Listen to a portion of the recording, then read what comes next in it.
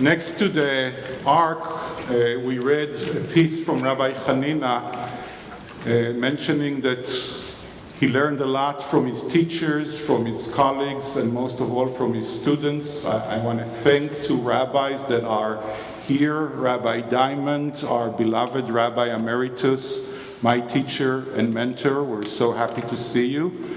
And Rabbi Rachel Pass, who I'm so proud that one time she was my student, now she's my teacher, and I have learned so much from you. So thank you both for everything that you've taught me and that I learned from you. Shana Tovah and Shabbat Shalom. May it be a year of peace here in Louisville, Kentucky, and in all of our beloved United States, in Israel, and all over the world. A year that we will not have to read day after day, week after week, about bloodshed of innocent people in our beloved city and in anywhere else in our beloved United States of America, which is the place that has the highest number of gun violence deaths in all of the Western and democratic world. We Jews are so lucky. We have so many sacred scriptures, an ocean of sacred writings, and above all, the Hebrew Bible that many of us believe that was written with divine providence. And the most important part in it is the Torah, that some even believe is actually the Word of God. And above all, stand the two tablets of covenant, the one piece from the Torah and the Bible that our tradition says that God actually said the words to everyone that was there in Sinai, Israelites and strangers alike. Adonai spoke to our people in Sinai as he gave them, in God's compassion and mercy and loving kindness, the two tablets of covenant. Those basic fundamental laws in this dramatic event in Sinai. And they are curved on two tablets. On the right side, we have 5 commandments that have to do with our relationship with God. For instance, you shall not make for yourself a sculptured image. And on the left side, we have 5 commandments that tell us how to treat each other. For example, you should not steal. In our tradition, the 10 commandments are the most important part. We even say that that is the only reason that God took us out of Egypt, to give us those 2 tablets of covenant. Now, when you look at the structure of the 2 tablets, on one side, the first commandment says, I am Adonai your God. Facing it is a commandment that says, do not kill.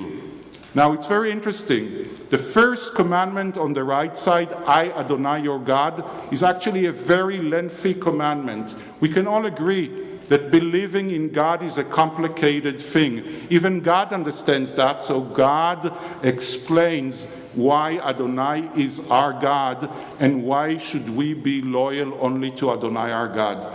But on the left side, the first commandment that says, thou shalt not kill, in Hebrew it's actually only 2 words, lo tirtzach, which means thou shalt not kill, equally standing facing I am Adonai, your God.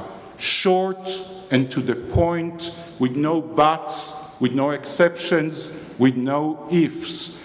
As if Adonai is saying to us, I don't want to undermine the importance of human life. I don't want to undermine how important it is to not take the life of another person.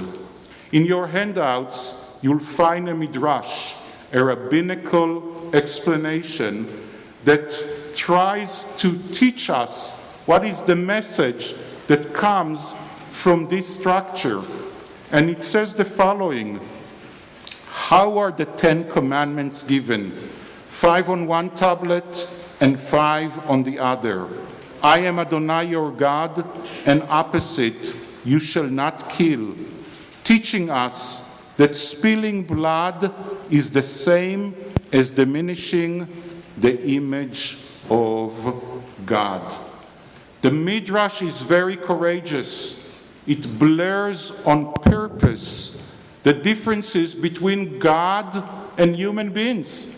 All of a sudden, we are equal. If you take the life of another person, says to us the Midrash, you are actually not only transgressing, thou shalt not kill, you are also breaking the commandment, I am Adonai your God, because you're diminishing the presence of the divine in our world. Our tradition is bringing us a position that we shouldn't take the life of anyone with no exceptions and no buts. But our tradition doesn't stop there. If you continue and look in your handouts, there's a quote there from Leviticus 19, the most important part in the book of Leviticus, so important that the Reform movement chose that we will read it on Yom Kippur in the afternoon service. We read the code of holiness that tells us what does it mean to live a life of holiness. What does it mean to be what we ought to be? And there it says, do not stand idly by when your neighbor's life is threatened. I am Adonai, your God. Telling us that our tradition not only saying to us that taking the life of another person is something that you should never do. Also, if you stand by when there is violence that leads to bloodshed, you are in a way responsible for the violence that happened there. In your handouts, you have an initiative. It's called the Official Submission Form, How to Help Our Country and Our City to Curb Gun Violence. According to Jewish tradition, this is a sacred mission, because if any one of us will help to diminish even one gun shooting, even one person that is hurt, we will probably be performing the greatest mitzvah that we ever did, participating in curbing gun violence here in the United States, here in the wonderful city of Louisville. And as we participate, remember that the 10 Commandments clearly teaches us that if you take the life of another person, you're not only transgressing the mitzvah of thou shalt not kill, you are also diminishing the presence of Adonai in our midst.